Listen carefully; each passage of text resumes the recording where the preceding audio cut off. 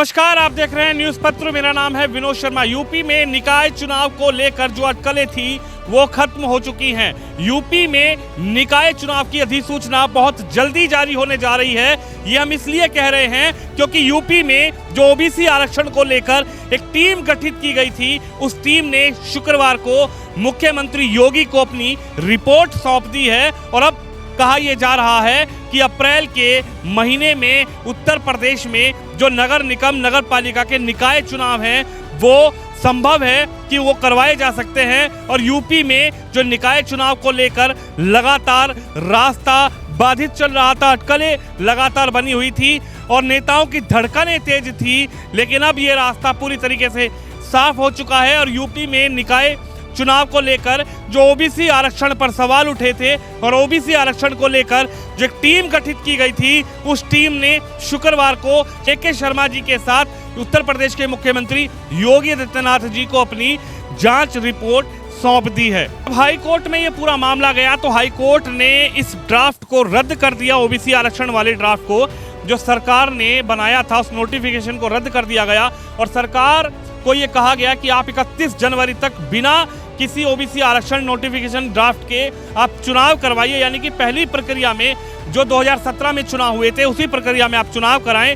लेकिन सरकार ने स्पष्ट कर दिया था कि हम बिना आरक्षण के चुनाव नहीं करवा सकते। उसके बाद 28 दिसंबर को प्रदेश सरकार ने एक कमेटी बनाई, एक टीम बनाई, जो कि जस्टिस राम अवतार सिंह, जो कि सेवानिवृत्त जस्टिस हैं, उनकी अध्यक्षता में 5 सदस्यों की टीम बनाई गई, जिस टीम ने इस पिछड़ा वर्ग आयोग का गठन किया गया और इलाहाबाद हाई कोर्ट द्वारा दिए गए सरकार के लिए फैसले को चुनौती देते हुए यूपी सरकार ने 2 जनवरी को सुप्रीम कोर्ट इस पूरे फैसले को हाई कोर्ट के लेकर पहुंच गई थी। यूपी में जो निकाय के अध्यक्ष थे, यानी कि नगर पालिका नगर निगम के जो अध्यक्ष थे, चेयरमैन, मेयर, उनका जो कार्यकाल था वो जनवरी में पूरा हो चुका था। हालांकि पिछले साल दिसंबर के महीने में स्थानीय निकाय चुनाव की अधिसूचना योगी सरकार ने जारी कर दी थी, लेकिन इसके बाद इलाहाबाद हाई कोर्ट में कुछ याचिकाएं दाखिल की गई थी। ये याचिकाएं इसलिए दाखिल की गई थी कि जो ओबीसी आरक्षण को लेकर कहीं ना कहीं सवाल उठ रहे थे और उसी को लेकर इलाहाबाद हाई कोर्ट में कुछ याचिकाएं दाखिल की गई थी। इन पर सुनवाई के दौरान कोर्ट ने ओबीसी आरक्षण तय करने के लिए एक ओबीसी आयोग गठित करने का आदेश सरकार को दिया था।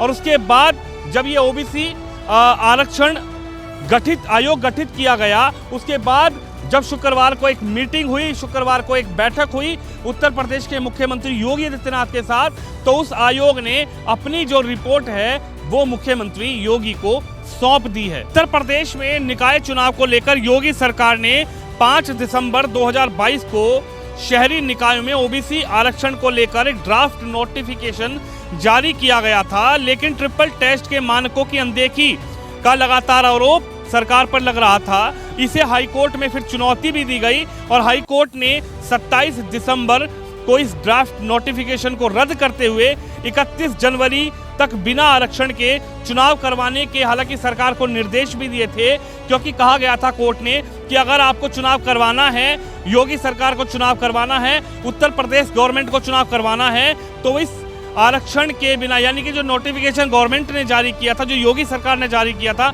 जिस पर लगातार सवाल उठ रहे थे, उसको जब कोर्ट में देखा गया, कोर्ट में दाखिल किया गया, तो कोर्ट ने कहा कि 31 जनवरी तक आप बिना आरक्षण के चुनाव करवा सकते हैं, करवाने के निर्देश दिए।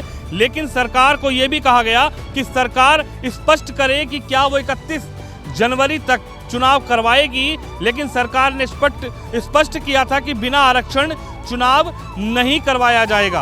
आपको बताते चलें, सीएम योगी आदित्यनाथ की अध्यक्षता में शुक्रवार को कैबिनेट की एक बैठक हुई थी, जिसमें निकाय चुनाव को लेकर गठित पिछड़ा वर्ग आयोग की सिफारिशों को पूरी तरीके से मंजूरी दे दी गई है। यह आयोग ओबीसी आरक्षण तय करने के लिए बनाया गया था। इस रिपोर्ट के आधार पर ही निकाय चुनाव में अन्य पिछड़ा वर्ग आरक्षण तय किया जा सकेगा, यानी ओबीसी आरक्षण तय किया जा सकेगा। योगी सरकार के इस कदम के बाद से स्थानीय निकाय चुनावों में जो रुकावटें चल रही थी, जो अटकलें चल रही थी, जो रास्ता ये कहा जा रहा था कि निकाय चुनाव कब तक होंगे, अब ये रुकावटें पूरी तरीके से ये रास्ता साफ हो चुका है। चर्चा ये की जा रही है कि अप्रैल महीने में निकाय चुनाव उत्तर प्रदेश में कराए जा सकते हैं।